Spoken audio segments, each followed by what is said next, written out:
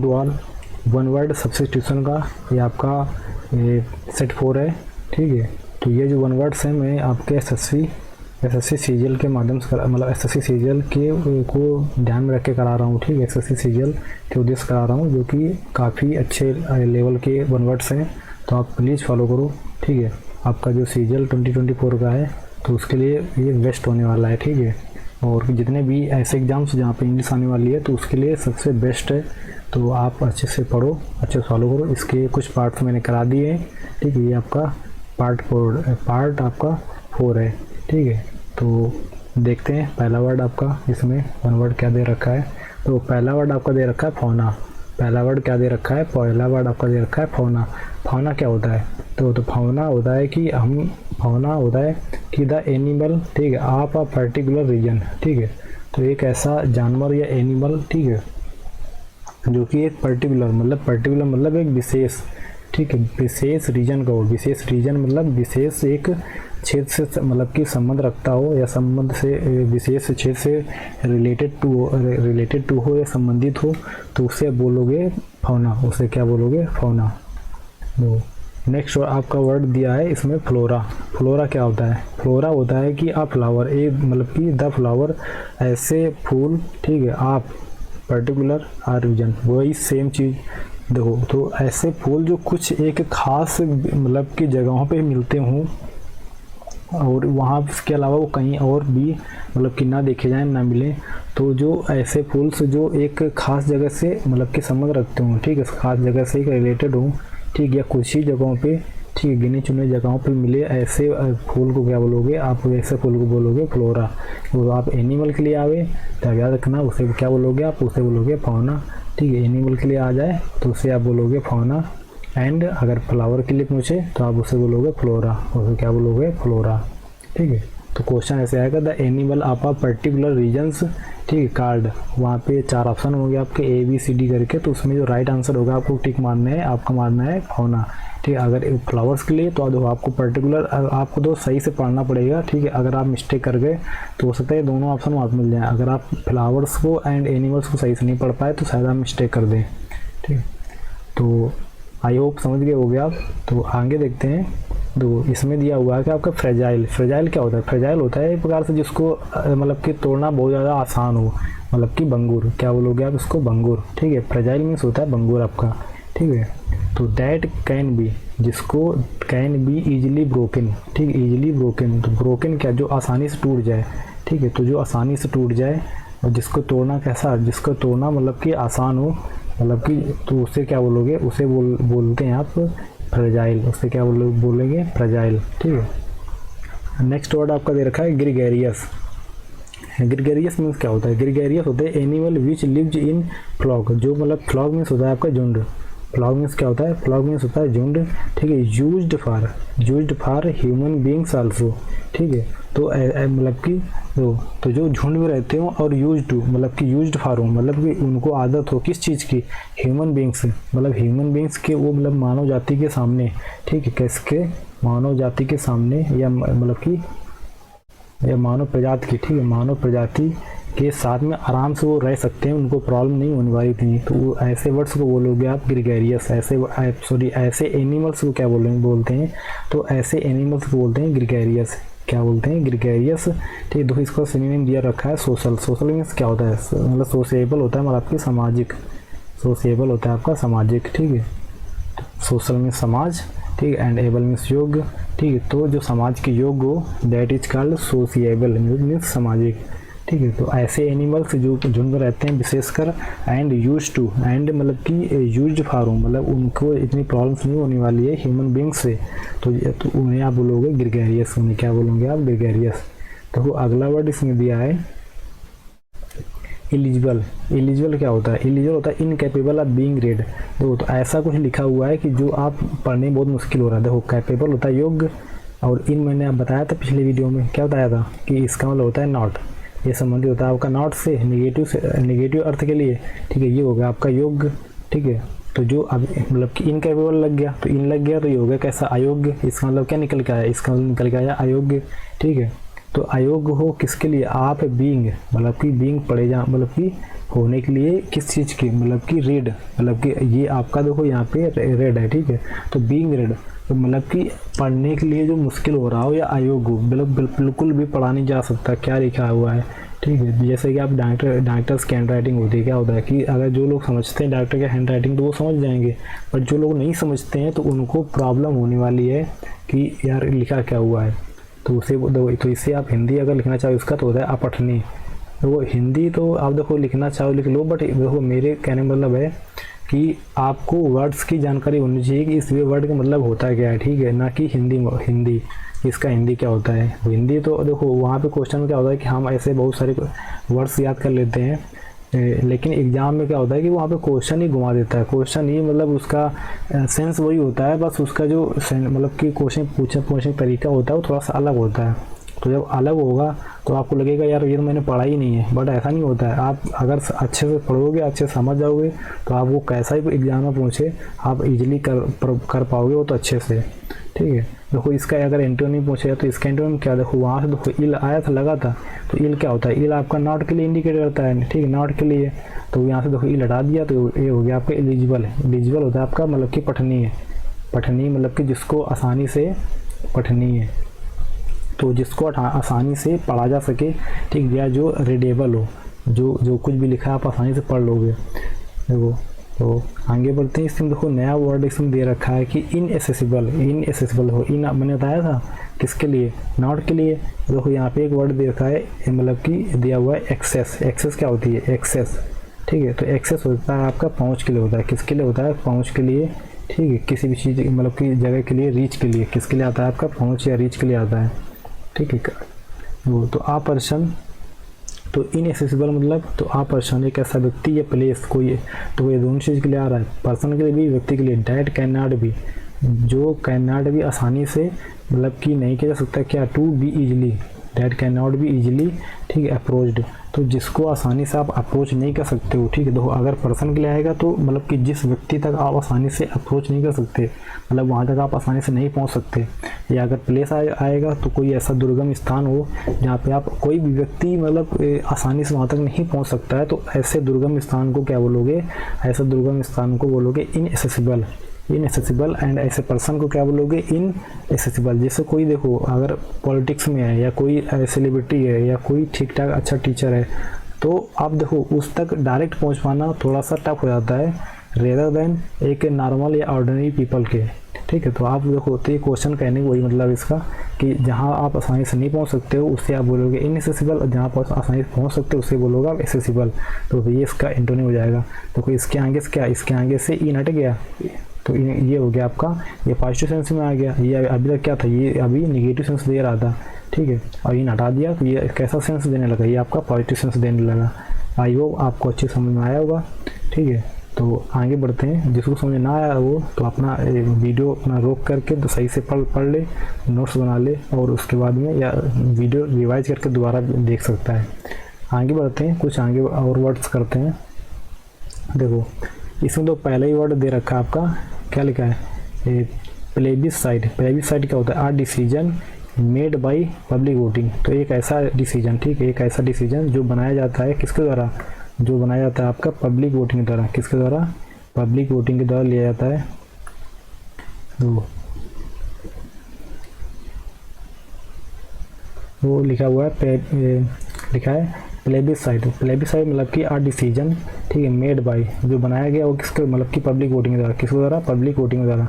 तो जहाँ पे मतलब कि पब्लिक ने, जनता ने, ठीक है, अपना मत दिया हो, वोट दिया हो, तो अपने मत के आधार पर, ठीक है, मतलब कि हर एक चीज़ तय करे कि इसका निर्णय क्या होने वाला है, इसका डिसीजन क्या होने वाला है, ठीक है। डिसीजन मीन्स निर्णय, इसका निर्णय क्या होने वाला है, तो उसे आप क्या बोलोगे, उसे उस चीज़ को उसे बोलते हैं प्लेबिसाइड। उसे आप क्या बोलेंगे, ऐसे प्रोसेस को बोलेंगे आप प्लेबिसाइड। क्या बोलेंगे, प्लेबिसाइड। देखो अगला वर्ड इसमें दिया है कि सीडोनिम, तो सीडोनिम अभी देखो सीडोनिम मैं करा चुका हूँ, ठीक है। जो मैंने वन वर्ड का जो मैंने प्रीवियस ईयर के वन वर्ड कराए थे, ठीक है, जिस वीडियो पे उसमें मैंने अच्छे बताया था कि सीडोनिम होता क्या है। ये क्वेश्चन आया हुआ था आपका एग्जाम में। तो सीडोनिम होता है कि एन मतलब कि इमेजिनरी मतलब कोई काल्पनिक नेम, ठीक, एज्यूम्ड जो लिया गया हो, ठीक, बाई एन ऑथर। तो जो एज्यूम मीन्स क्या होता है, एज्यूम मीन्स होता है मानना, एज्यूम मीन्स होता है कि मानना। तो आथर ने जो मतलब कि मान लिया हो, ठीक है, मतलब कि कोई काल्पनिक नाम, जैसे कोई देखो आथर होता है कोई स्टोरी लिखता है तो वहाँ पे लिख देगा कोई भी XYZ या ABC या कोई अगर नाम भी रख रहा है तो ज़रूरी थोड़ी ना है कि वो मतलब कि रियल वर्ड से संबंधित है। तो वो सब क्या होता है, वो सब आपके काल्पनिक होते हैं। कैसे होते हैं, काल्पनिक होते हैं। तो ऐसे नाम को आप बोलोगे क्या, तो ऐसे नाम को क्या बोलते हैं, क्वेश्चन ने ये पूछा है। तो an imaginary name assumed by, जो मतलब कि लेखक के द्वारा मतलब कि ले लिया जाता है या रख दिया जाता है, ऐसे नाम को बोलोगे आप सीडोनिम। सीडोनिम होता है क्या, मतलब कि सीडोनिम होता है मतलब कि छद्म नाम या मतलब कि ऐसा कुछ जो मतलब कि रिलेटेड हो, लेकिन मतलब कि नाम तो है बट वो मतलब कि रियल वर्ड में एग्जिस्ट नहीं करता है, ठीक है, ऐसे, ठीक है, वो काल्पनिक नाम है। तो उससे आप बोलोगे सीडोनिम। तो अगला इसमें वर्ड दिया है कि क्वारंटाइन। क्वारंटाइन तो देखो ये तो आपको सबको पता होगा, लॉकडाउन में एंड कोरोना के समय पे सबने बहुत ज़्यादा ये वर्ड सुना हुआ है, ठीक। तो देखो इसमें दे रखा है एन एक्ट ऑफ, एन एक ऐसा काम, एक्ट ऑफ किस चीज़ का, सेपरेशन, ठीक है, अलगाव का। सेपरेशन मीन्स होता है अलगाव, सेपरेशन आपका होता है अलगाव, अलगाव का फ्राम किस चीज़ से, फ्राम से, अ पर्सन एक व्यक्ति से, टू कहाँ तक, ठीक है, अवॉइड इन्फेक्शन, इन्फेक्शन होता है आपका मतलब कि जहर वगैरह, ठीक है, मतलब कि इन्फेक्शन जहर या मतलब कि संक्रमण, दोनों सेंस में आ सकता है, ठीक है। संक्रमण को अवॉइड करने के लिए, अवॉइड होता है मतलब अवॉइड मीन्स होता है बचाव करना, अवॉइड मीन्स होता है आपका बचाव करना, ठीक है। अवॉइड करने के लिए हम जब उसका यूज करते हैं या मतलब कि कुछ समय के लिए मतलब कि अलग कर देते हैं किसी व्यक्ति को किसी मतलब कि ताकि दूसरों को मतलब कि प्रॉब्लम्स ना हो सके, ऐसे मतलब कि उस काम को एन एक्ट, उस काम को क्या बोलोगे, तो ये पूछ रहा है एन एक्ट, तो उस काम को बोलेंगे हम क्वारंटाइन करना, उस काम क्या बोलेंगे क्वारंटाइन करना। तो जब हम किसी व्यक्ति को कुछ समय के लिए एक एकांत स्थान पे, एकांत जगह पे रख दें तो ठीक है, जिससे कि उसका जो उसके बॉडी की संक्रमण है वो किसी और पे मतलब कि ना ट्रांसफ़र हो सके, तो ऐसे काम को बोलेंगे क्वारंटाइन, ऐसे काम को बोलेंगे क्वारंटाइन। जैसे कि आपने सुना होगा कि जब जो साइंटिस्ट होते हैं जब स्पेस में भेज जाते हैं, कहाँ पे, जब स्पेस में साइंटिस्ट भेज जाते हैं तो वो जब वहाँ से वापस आते हैं, ठीक है, स्पेस से जब वो वापस आते हैं ना तो उनको क्वारंटाइन मतलब कि कम से कम 15 से 20 दिनों के लिए मतलब कि क्वारंटाइन रखा जाता है। क्यों, क्योंकि शायद वहाँ पे कोई ऐसा मतलब कि वायरस हो या कुछ ऐसा बीमारी हो या कोई भी ऐसा संक्रमण हो जो मतलब तुम्हारी बॉडी पे मतलब कि आ गया हो, तो यहाँ पे आके मतलब कि दूसरों को हार्म ना करे या हम उसके बारे में अच्छे से स्टडी कर सकें, अच्छे से समझ सकें। अगर उनको कोई प्रॉब्लम नहीं होती है तो बस वो भी 15-20 दिन बाद उनको बाहर रिलीज कर दिया जाता है। तो वही सेम काम होता है क्वारंटाइन का। क्वारंटाइन आप इसका मतलब आप समझ गए होगे बहुत अच्छे से। तो आगे दे रखा है वर्ड, अगला देखते हैं, लिखा हुआ है क्वाड्रप्ट, ठीक है, मतलब कि क्वाड्रूप्ड होता है एन एनिमल, ठीक है। तो मतलब कि दो क्वाड जहाँ भी आ जाए आप याद रखोगे QUAD, इसका मतलब होता है मतलब कि 4 से, इसका मतलब होता है 4 से, ठीक है। देखो यहाँ पे दिया हुआ है 4, यहाँ पे दिया है 4, तो एन एनिमल, ठीक है, विथ 4 फीट, तो जी ऐसा एनिमल, ठीक है। अब देखो पेड, यहाँ पे देखो लास्ट दे रहोगे पेड, तो पेड क्या होता है, पेड आपका जो इसको आप याद रखोगे, पेड मीन्स इसका संबंध होता है पैर से, इसका संबंध होता है पैर से। तो ऐसा एनिमल विथ 4 फीट, तो ऐसा एनिमल जो जिसके हो या जो रखता हो 4 पैर, ठीक है, तो उसे आप क्या बोलोगे, उसे बोलोगे मतलब कि क्वाड्रूपेड, उससे जानवर को बोलेंगे। आएंगे देखो अगला वर्ड देखते हैं, इसमें लिखा हुआ कि रेफरेंडम, क्या रखा है, रेफरेंडम। रेफरेंडम होता है आपका मतलब कि जनमत संग्रह। रेफरेंडम क्या होता है, जनमत संग्रह। देखो ये वही सेम चीज़ है कि जब जनमत संग्रह मतलब लोगों के द्वारा कोई भी मतलब डिसीजन, कोई भी काम करने से पहले लोगों से पूछना या उनका वोटिंग कराना, क्या लिखा है, जनरल वोट मतलब कि समान तौर पे मत, ठीक है, आप पब्लिक मतलब किसका, जनता का, टू डिसाइड मतलब कि कोई भी निर्णय लेने के लिए आ क्वेश्चन। तो एक सामान्य से या नॉर्मल से क्वेश्चन का भी निर्णय लेने के लिए जनता से पूछना, ठीक है, तो उसी का हम बोलते हैं जनमत संग्रह, ठीक है। देखो इसीलिए देखो यहाँ पे इसका सिनोनिम लिखा हुआ है, क्या लिखा है, प्लेबिसाइड। तो अभी आपने ऊपर पढ़ा प्लेबिसाइड, प्लेबिसाइड क्या था, a decision made by public voting. तो ऐसा डिसीजन, तो प्लेबिसाइड हम उसे बोलते हैं जो डिसीजन में मतलब कि बनाया गया हो या मेड किया गया हो किसके द्वारा, पब्लिक वोटिंग के द्वारा, पब्लिक वोटिंग के द्वारा। तो आगे बढ़ते हैं। अगला वर्ड इसमें दे रखा है रेड टैपिज्म।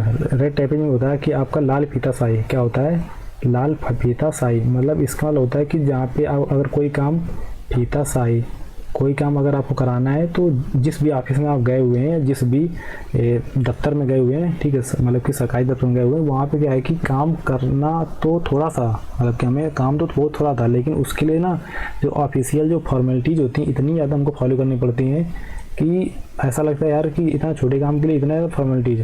तो उसी चीज़ को बोलते हैं रेड टैपिज्म, उसी चीज़ को बोलते हैं रेड टैपिज्म। देखो कि लिखा हुआ है कि ऑफिशियल फॉर्मेलिटीज़, ठीक है, रिजल्टिंग इन अ डिले।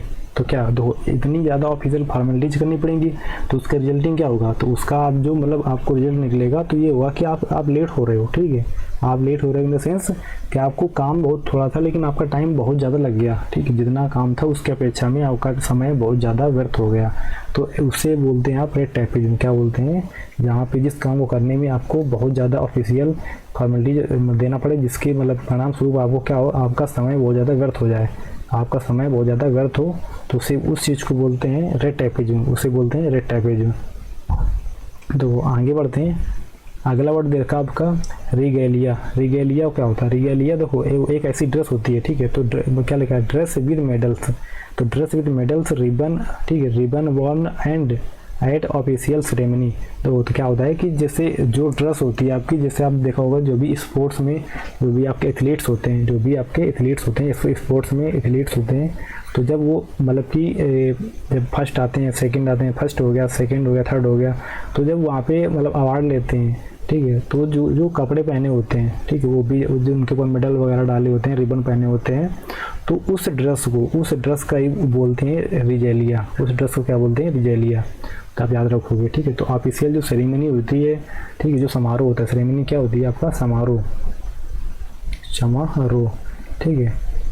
तो जो समारोह होते हैं वहाँ पे जो ड्रेस पहने होते हैं उस चीज़ को बोलते हैं रिजेलिया। क्या उसको उस चीज़ को क्या बोलते हैं, रिजेलिया, ठीक है। इसका जो सिनोनिम होता है आपका रेमेंट। सिनोनिम क्या होता है, रेमेंट।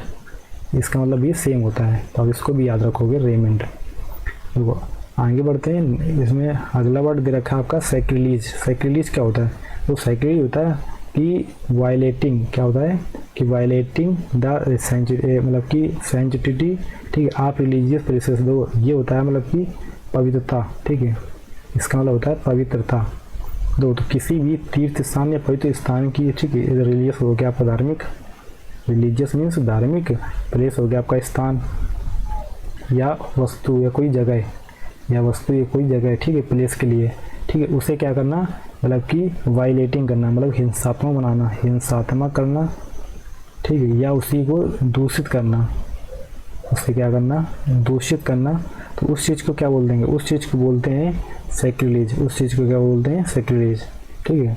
तो पवित्र या धार्मिक मतलब कि जो जगहों या स्थानों को, ठीक है, उनकी पवित्रता को ख़राब करना, ठीक है, हिंसात्मक करना, वहाँ पे हिंसा वगैरह करना या उसे दूषित करना, उसे गंदा करना, तो उसे बोलते हैं आप सैक्रिलीज। उसे क्या बोलते हैं, सैक्रिलीज, ठीक है।